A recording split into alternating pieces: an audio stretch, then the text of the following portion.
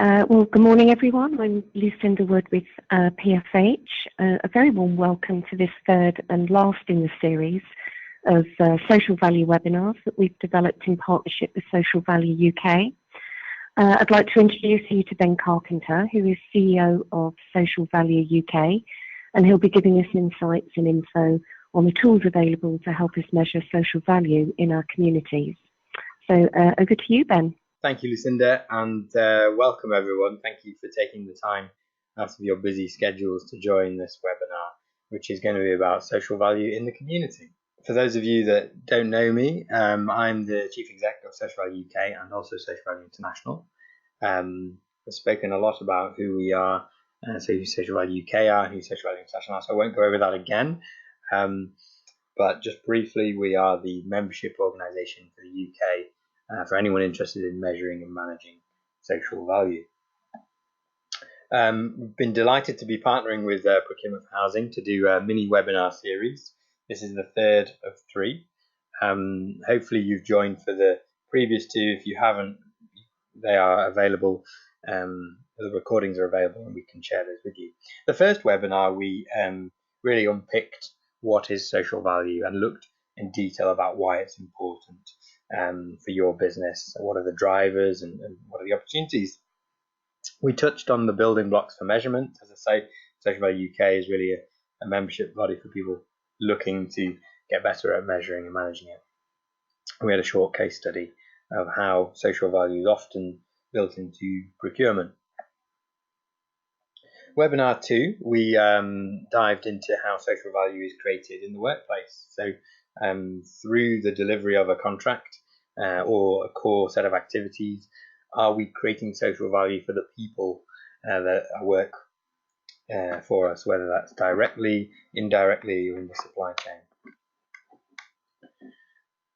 There's often talk about social value equals jobs or apprenticeships, so we unpicked a little bit about whether that was true and how we can maximize social value through creating jobs and apprenticeships. And today we're going to be looking at how social value can be created in the community. So we've separated out social value in the workplace, social value in the community, and we're going to really look at what's already happening and the opportunities to maximize social value with the people in the communities that you work in. Today's agenda, well, we've done the welcome and the intros. There's quite a lot of you on the call, so we aren't able to do a round robin of who's here. But please feel free to use the chat function.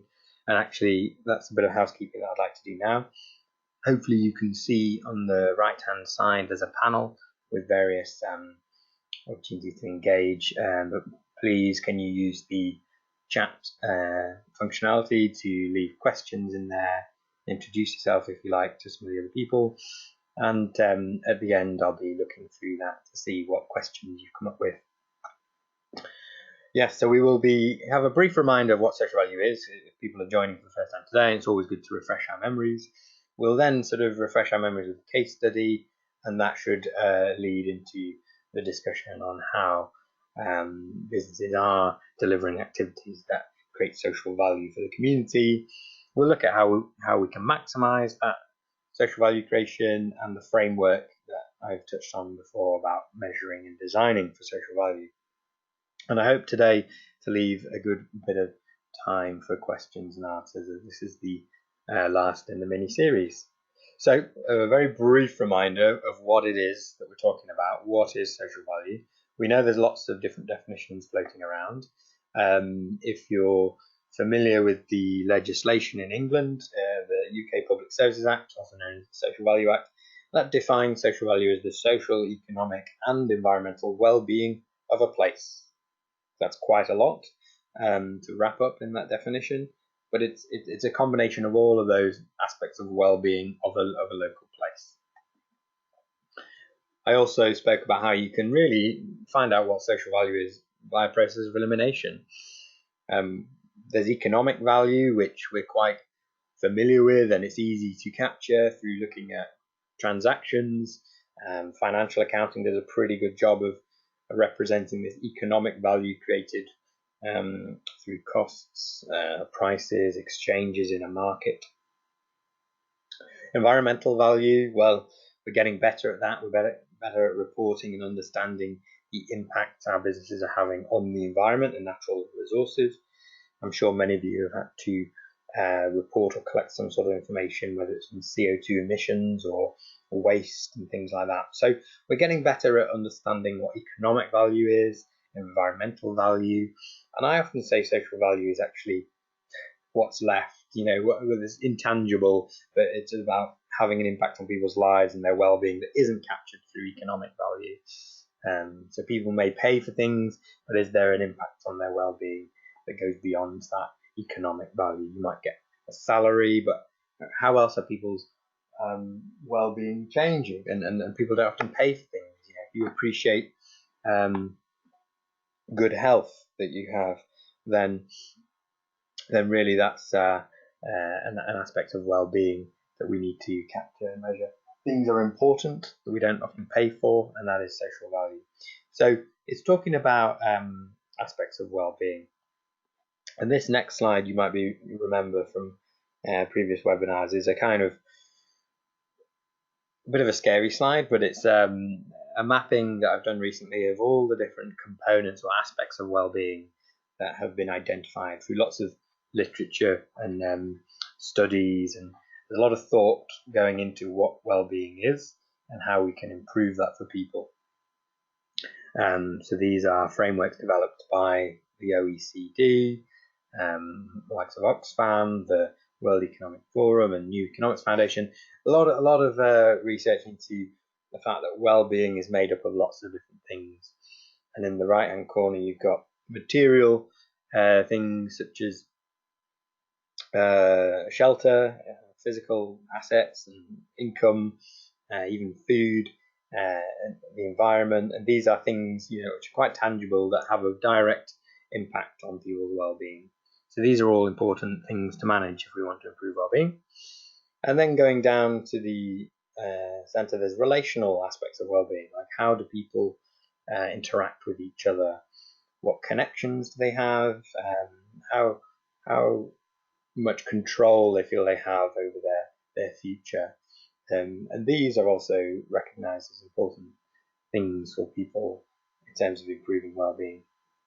And in the left-hand corner, we have subjective aspects of well-being, because it's very much includes things like how we feel about ourselves and levels of self-esteem, how we feel on a day-to-day basis. And that is extremely subjective, but nevertheless an important part of well-being.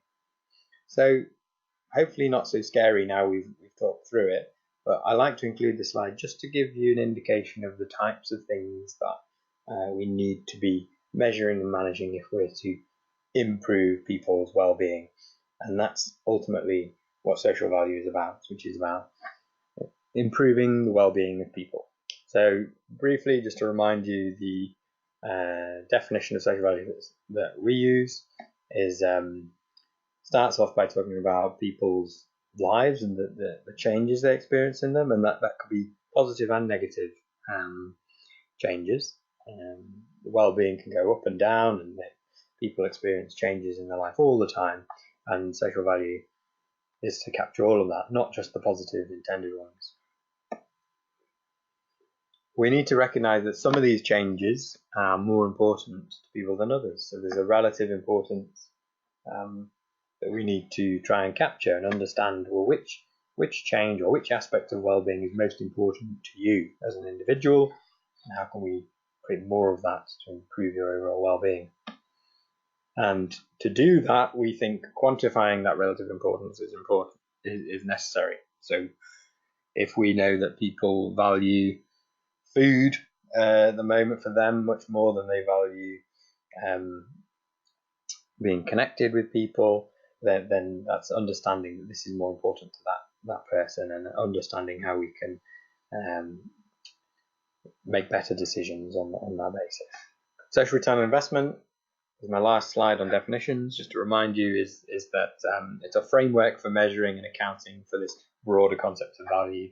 And SROI, as it's often called, uses monetization or financial proxies to try and quantify and represent that relative value or importance of different outcomes. An SROI is a framework of principles, not a tool as such. So I'll be talking quite a bit about principles later, and it's important to recognize that doing SROI or accounting for social value is not a tool. There's no fixed way of doing it, and rather we're advocating for a principles-based approach to accounting for value. As I say, we'll come on to that in a moment. Okay, just a refresher of the case study that we've used throughout this webinar series. We've talked about a contract, perhaps, to deliver public services, and the example was of a contract to build a new hospital. And we identified that social value is created for a number of different stakeholder groups. And these are very broad ones, but the first one we identified is customers or end users of a service. So whatever it is that you're providing as a service, as a business, there will be social value created for those end users, if you like. In this case, it will be people using the hospital. Through the delivery of this contract, there will be people in the community that are affected and will experience change, and therefore social value will be created for those people in the community. And we identified that there are people delivering this contract, these services, and they will experience changes in their lives, and so social value is created for those people too. We've called them inherent value, added value, and embedded value, just to kind of, this is something that one of our members found helpful to kind of say, well, there is inherent value in changing the lives of people who use the hospital, but there's added value in changing the lives of people in the local community, and there's embedded value in changing the lives of people who work on the contract.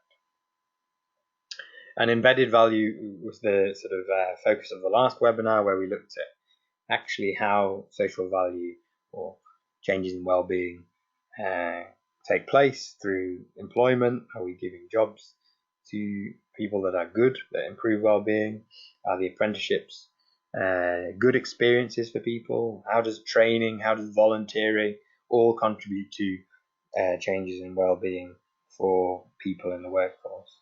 But today we'll be looking at the added value aspect. So we will be trying to identify what activities can potentially create social value for the community, and how we can get better at sort of maximizing those opportunities to create value for people in the community. So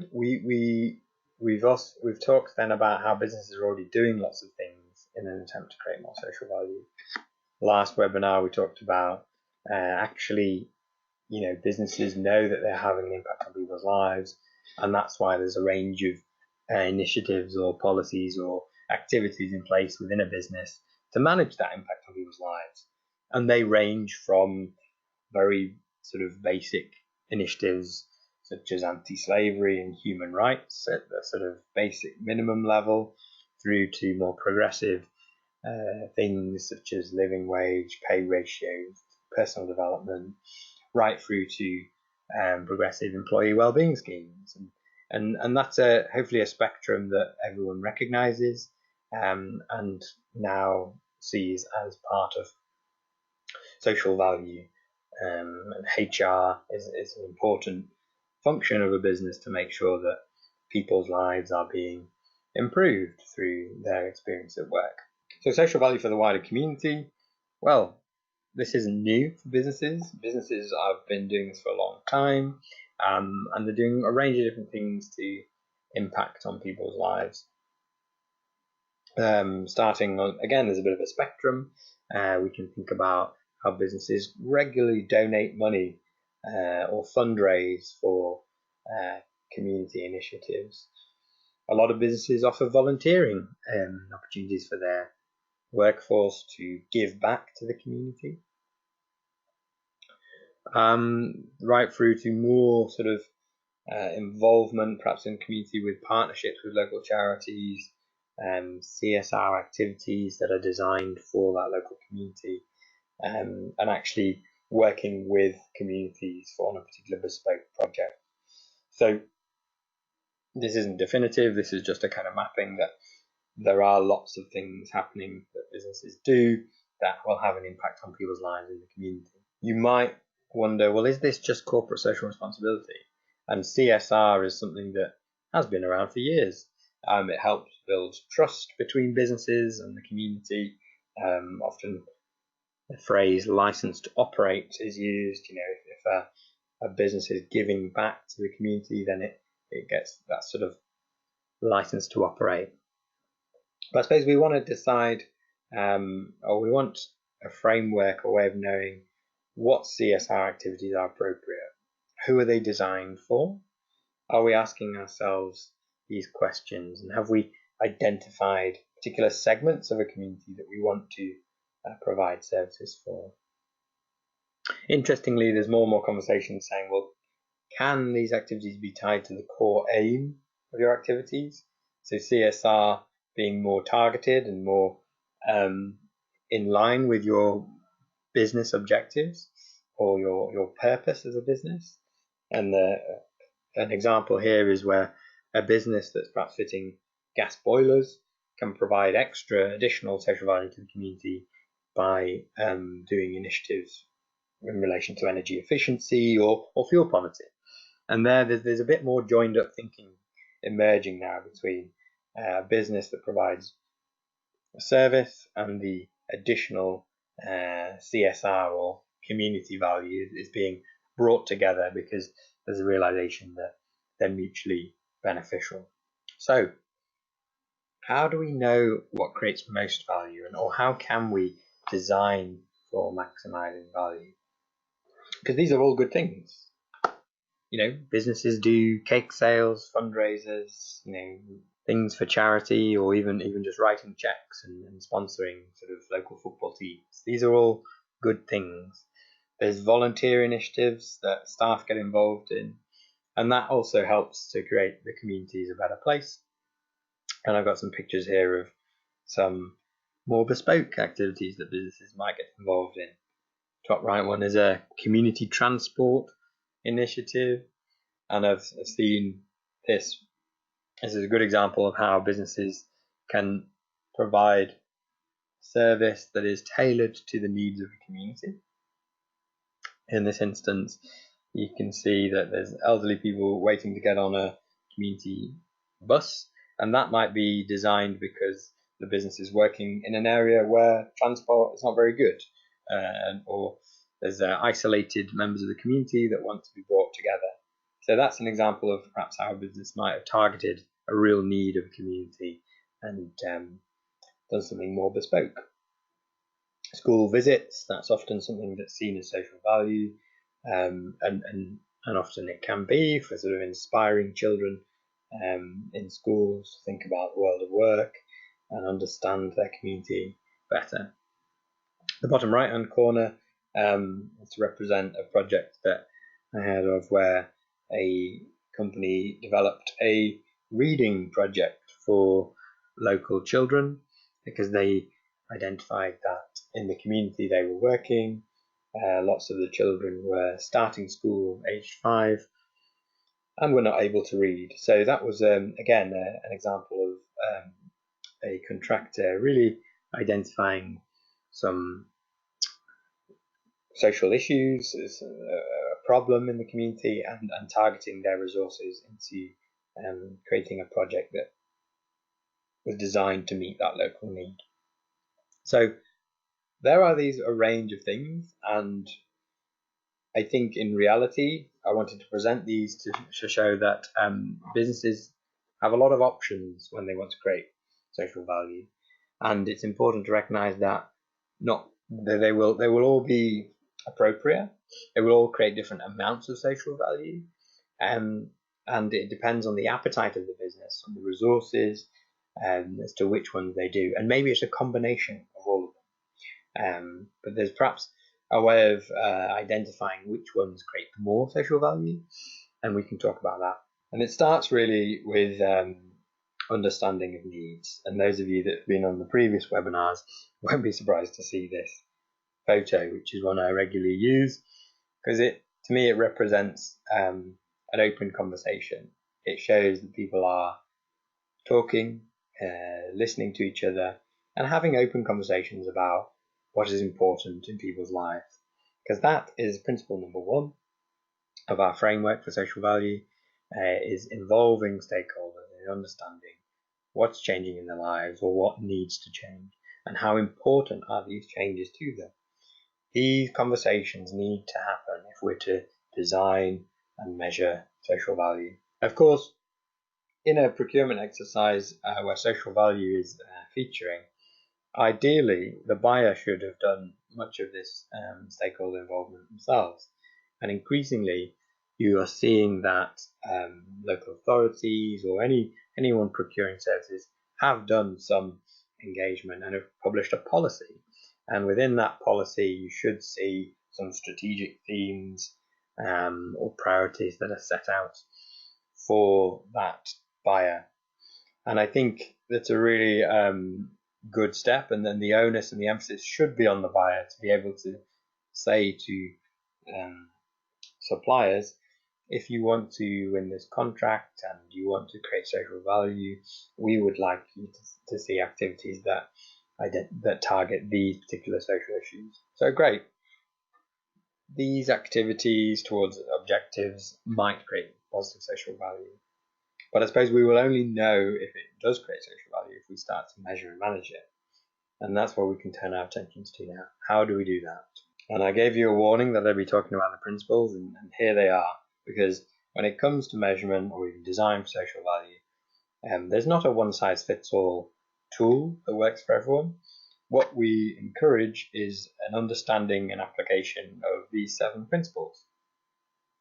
So these principles have been designed by our members and have been around for 12 years now and adopted all around the world as the principles needed to, as I say, really capture a complete account of value, and applying them will allow you to make better decisions about how to maximize social value. So we have a leaflet on these principles and lots of further detailed supplements that will help you to apply them. 7 of them. The first one is involve stakeholders, and stakeholders being any group of people that are affected by your activity. So that means, people, organizations, but actually anyone that is affected. And it's important to involve them in the other principles, such as asking those people what changes for them. What is it that they really value out of all of those changes?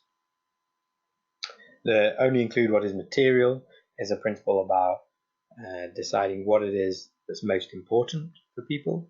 Materiality is a term that's often used in financial accounting, is to identify what is material to the accounts. And so we can't include everything in a social value account or when we're making decisions on social value, but what we can do is identify what is material or what is most important when making our decisions. And it's important that stakeholders are involved in that they have a voice in saying what is most important. Principle number 5 is do not overclaim. And this is really important as well, to make sure that when we're measuring or talking about social value, we recognize that we are perhaps not the only organization contributing towards changes in well-being. And so involving stakeholders in this principle means asking the questions like, who else has contributed to this change, or who else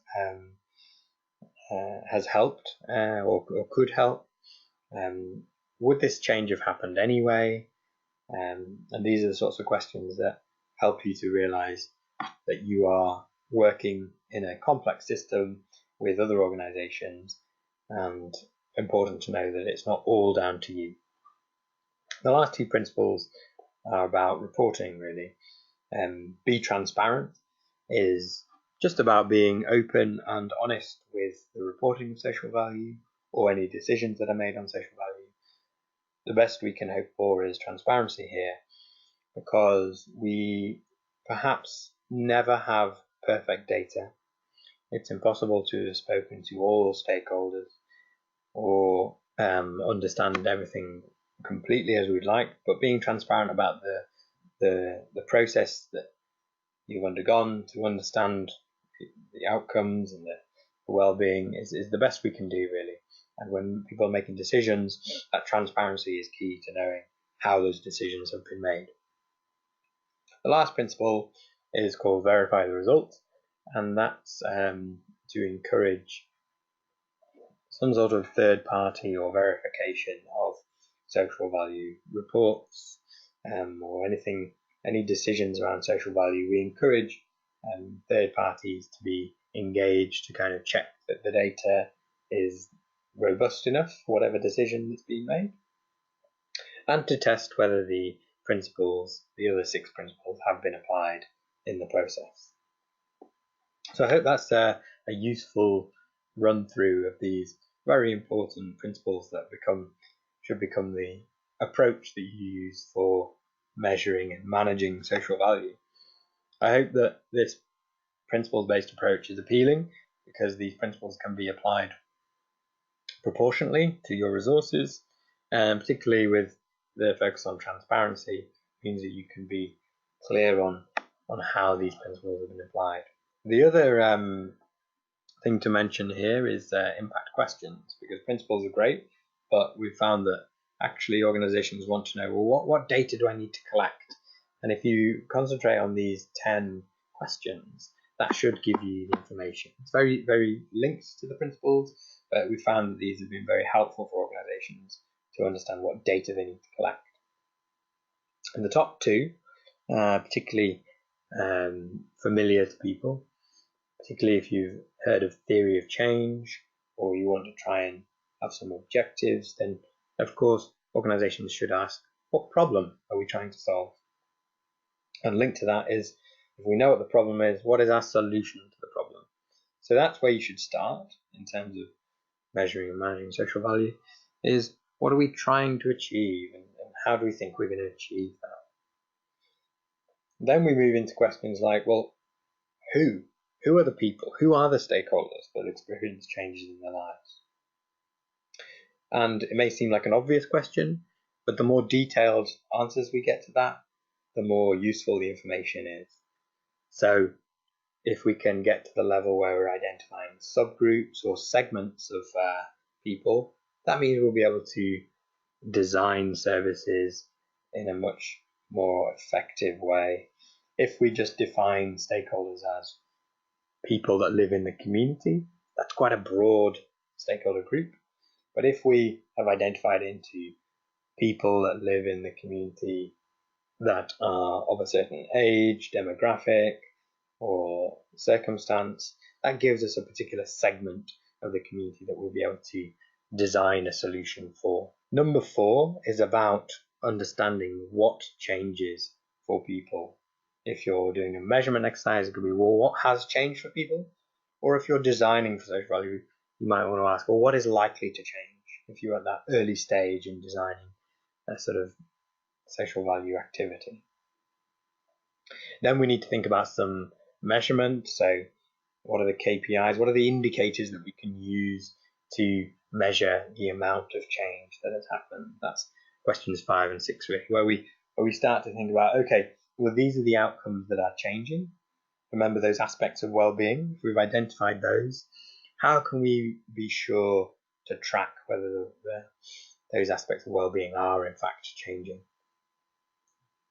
Number 7, which I've highlighted in bold, is about really understanding how important these different changes are. There will be lots of ways that people's lives change, and we need to know that relative importance that people place on that. This is quite subjective, well, heavily subjective, because different people will place different levels of importance on these outcomes, and so we need to be comfortable with that and recognize that it's not going to be perfect.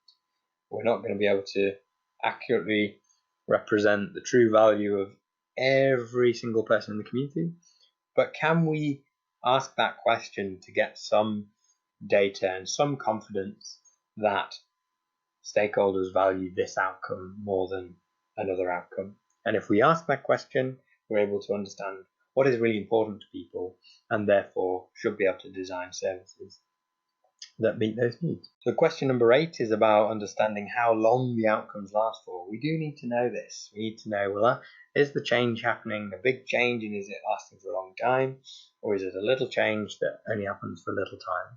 And that's fine. There are things that you do that have little impact for a lot of people, which don't last very long, and that's okay. Or do we want to have big impact for a few people that last longer? And I think organizations are starting to get to grips with this and make decisions about perhaps doing a bit of both. Question number 9 is about that idea of not overclaiming. So how much of the change or these outcomes are caused by us? If we ask this question to people or collect data that answers that question, we're able to see what our contribution is to the impact or the changes in well-being. And why is that important? Well, we believe it's important not just for reporting and to prevent overclaiming, but it's really useful to know and learn that there are other organizations also contributing to the outcome, because that allows for partnerships to develop, collaborations, so that more social value can be created more effectively. And lastly, question number 10 then is one that we should all be asking. Well, which changes matter the most? Which are the most important changes that we need to manage? And actually that question can only be answered once you've answered the previous 9 questions. So once you've answered as many of those questions as you can, you should be able to see quite clearly which of the changes are most important. Okay, so I hope those 10 impact questions are useful. You can see there's a real link to the principles. And when it comes to measurement, management, designing social value, these are the building blocks that you need: a set of principles and a set of questions.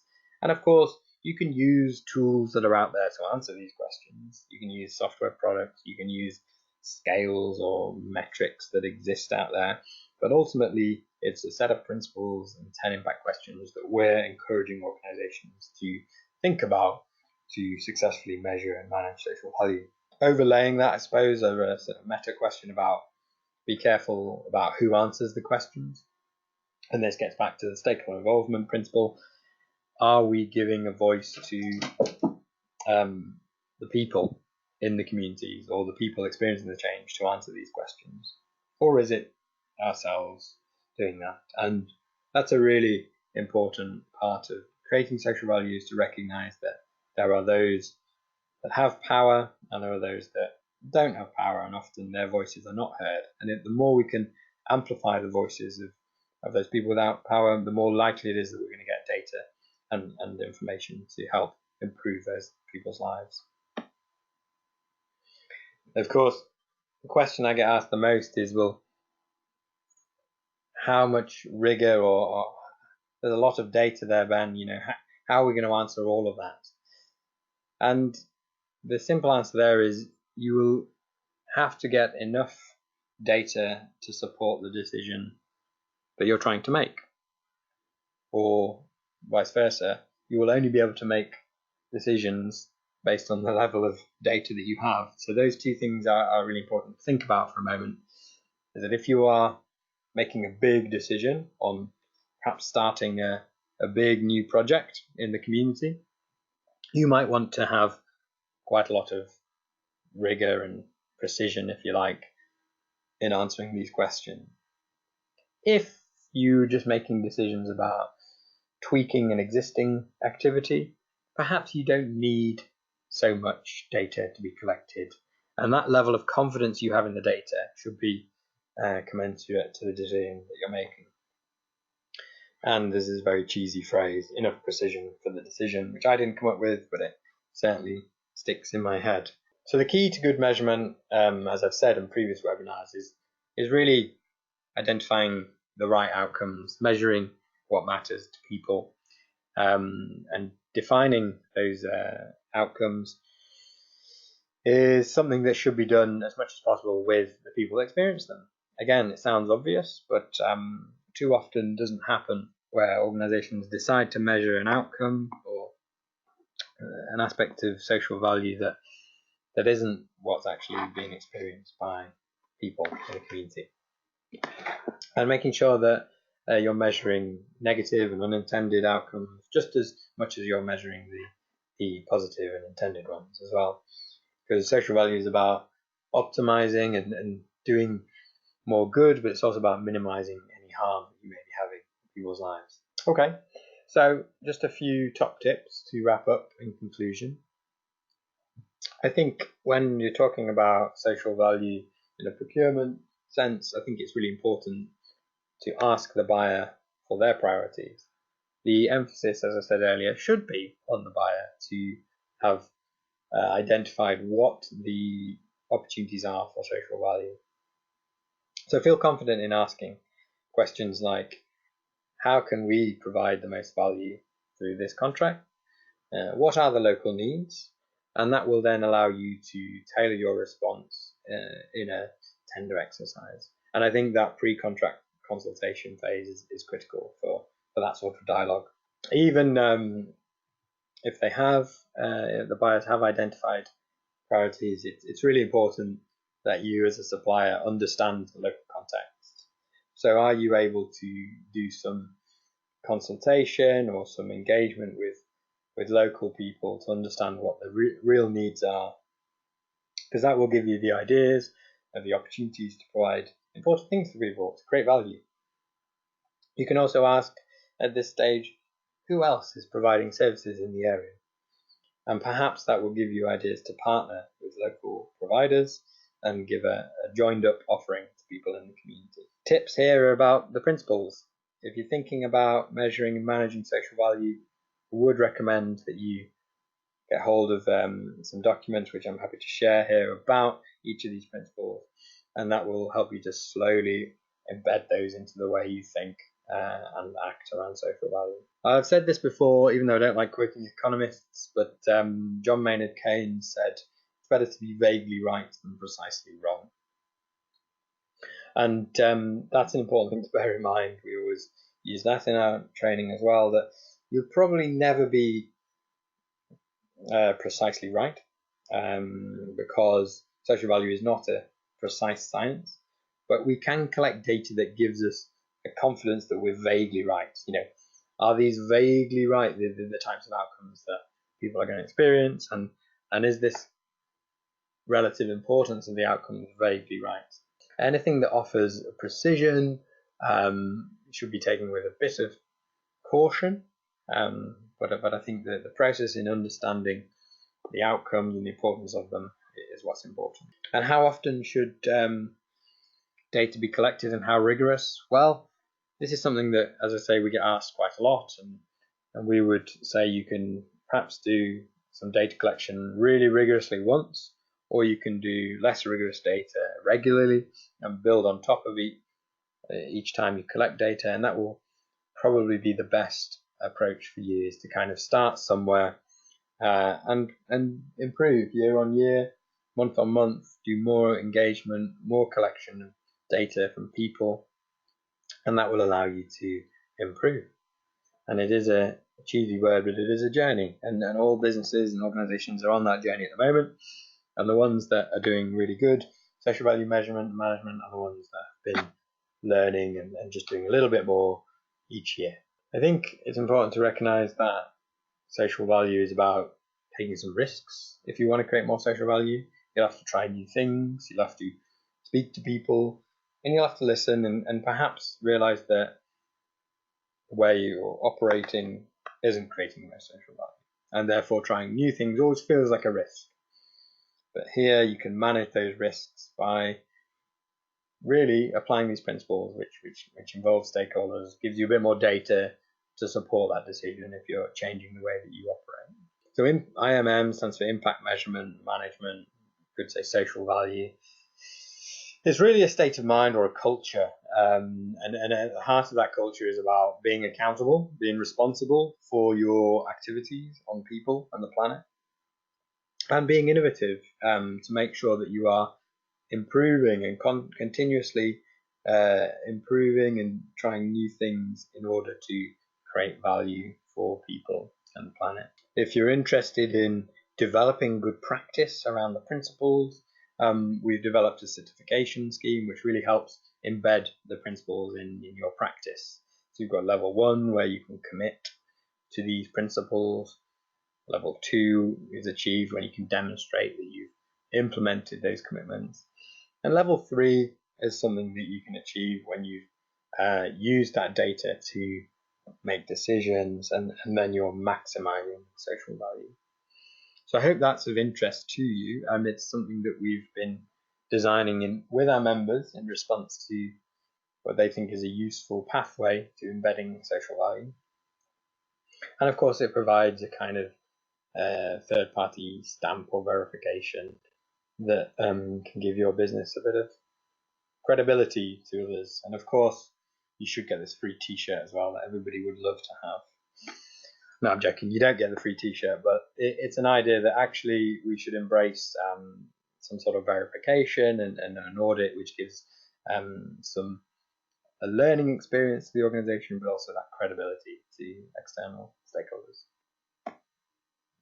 And that's it. So that wraps up my top tips, and I hope that's been a useful introduction into social value and how you can create that for the communities that you work in. But we have a good 14 minutes left, and I'd really like to open that up and see if anybody has any questions.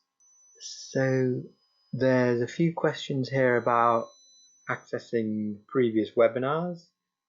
Yes, absolutely. Helen, Amy, these webinars were recorded, and Miss Cinder and I will make those available straight after this one, so you can catch up. Helen also asks a question: what have you found to be the best way to engage with communities when you cover lots of local authority areas? Okay, let me see if I can answer that one. Without it sounding like a cop-out, it's going to be different in different areas. So each local authority has different context. There may be some working more with rural communities and some more in urban ones. So there are different techniques for engaging with people, whether that's hosting a kind of focus group, or some interviews, or I think, some good practice is to piggyback on what's already going on in the local area. If there's events, if there's already mechanisms for engaging with the community, if you can kind of get yourself involved with that, so that you are able to build up trust with people in the community and listen and hear. Of course, surveys and online mechanisms for engaging are useful, and we encourage that as well. But we also say don't forget and don't skip over the bit where we're actually meeting people face to face and having those open conversations. Hopefully that helps, Helen. Another question I have here from Shauna: how best can we explain the purpose of social value to the community so they see the benefits of it and done alongside general day-to-day business? Well, that's a good question, Shauna. Hopefully it's quite clear that social value is a way to create value for people in their lives that goes beyond just the usual businesses as usual sort of core services. So when talking to people in the community, it could be put in those terms that, look, we're here to deliver a service, but we also want to create additional value for you in your life. And therefore, we want to hear from you as to how we can co-create that value together. What is it that's going to help in your community? What is it that this community needs? And saying that as a business, you're here, yes, to provide a service, but also we want to put a bit extra in to make sure that the community improves in terms of the quality of life of people in that community. Okay, hopefully that answers that. Mary asks a good question: what about the cost of the social value in relation to outcomes? Often get asked this question: does social value cost more? And a lot of people say no, it doesn't cost more. But I'm not so sure it's as simple as that, because if you want to create good social value, it does mean that some extra resource will need to be put into identifying what that social value is, and then there's a cost attached to that. Let's not,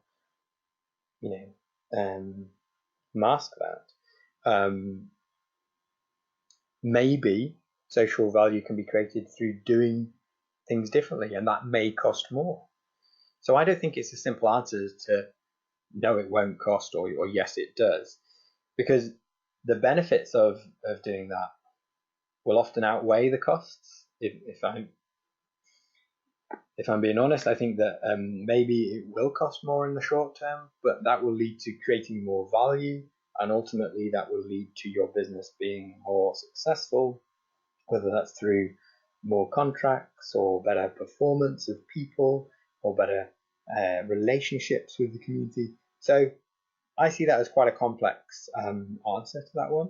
And I don't know if I'm describing this very well, but I often think that maybe it will cost a little bit more in the short term, but it'll be worth it in the long term because you're ultimately creating more value for people, whether that's their well-being, and I think that should lead to a better performing business. So that's just my personal opinion on that one, Mary. I hope that helps. Okay, next question is from Luke, who says, how do you measure competing demands from the community on what they want to see? Oh, another good question. So you're right. Asking open questions will lead to a lot of different answers, and there may well be competing demands from people, as you've identified. How you measure that? Well, hopefully the principles and these 10 questions will give you quite a bit of data that will allow you to see what outcomes are most important, that idea of materiality and what's most important. That's what the framework is designed to do, is to kind of allow you to measure, well, how much change is happening for how many people, or how much change could happen for many people, and how important are those changes. And that should give you a bit of a framework, a bit of data to help you make that decision. The idea of involving stakeholders means that you're hearing directly from people, and I think that's important because social value is at the heart of people's lives. So if you don't do that engagement, you won't know that. And I think you need to recognize that there will be compromises. You won't be able to keep everyone happy. And I suppose as a business, you may need to make some decisions on, well, we're going to prioritize this group of people and do this. And again, transparency is the key to this. So being transparent in why you've made that decision, how you've made that decision, based on what stakeholder involvement, and any limitations that you have to the data. Because there's often the challenge of, when data is collected, checking for the biases in that data. And when you do engagement with people, it's often the people that are hardest to reach or to engage with that have the most severe needs. And so what are you doing to address those biases, so that you're not always listening to the people that are shouting the loudest necessarily, or are the ones that are most engaged with your engagement activities. So it's a real challenge. There's no easy answer to that one, I'm afraid, Luke. But I think ultimately, as long as you're trying to reduce those biases in stakeholder involvement and asking as many of those questions as you can, you should get some data to help you decide which demands or which opportunities are the most important or will have the most impact. I hope that makes sense. And just a final point on that, it is messy. We're talking about quite complex systems here. People's lives are complex. There are different competing needs. So we can only do our best into understanding what those needs are and making decisions. But the more we do that engagement and listening and understanding and asking these questions, the more data we have to support our decisions, which at the moment we're making. I think that's the other important thing to say, is that we're all making decisions about how we run our activities all the time, and we do that largely based on our instinct or our gut about what we feel is the right thing to do. We all do that, and we're just trying to, through this framework of the principles and the questions, try and make that less about our instinct and our gut reactions and more informed by stakeholder voice and data collected from people. Those were some good questions. Lucinda, are you there? Do you have any final reflections? Just to say a huge thank you for these 3 webinars that you've run for us. We've had a lot of people joining us on them. So obviously social value is still a very big theme within our PFH members. So thank you for that. And just to let everyone know that links to the previous webinars are on pfh.co.uk, but we'll also follow this up with an email with links in it as well. Great, yeah, absolutely. Been really great to partner with PFH, and I hope these have been a useful taster and introduction to social value. We're here for any further questions. If you think of any later, just drop us an email, and hope we get to speak again soon. Okay, thank you very much, Ben. Pleasure. Thank you all for joining, and I'll now close the webinar.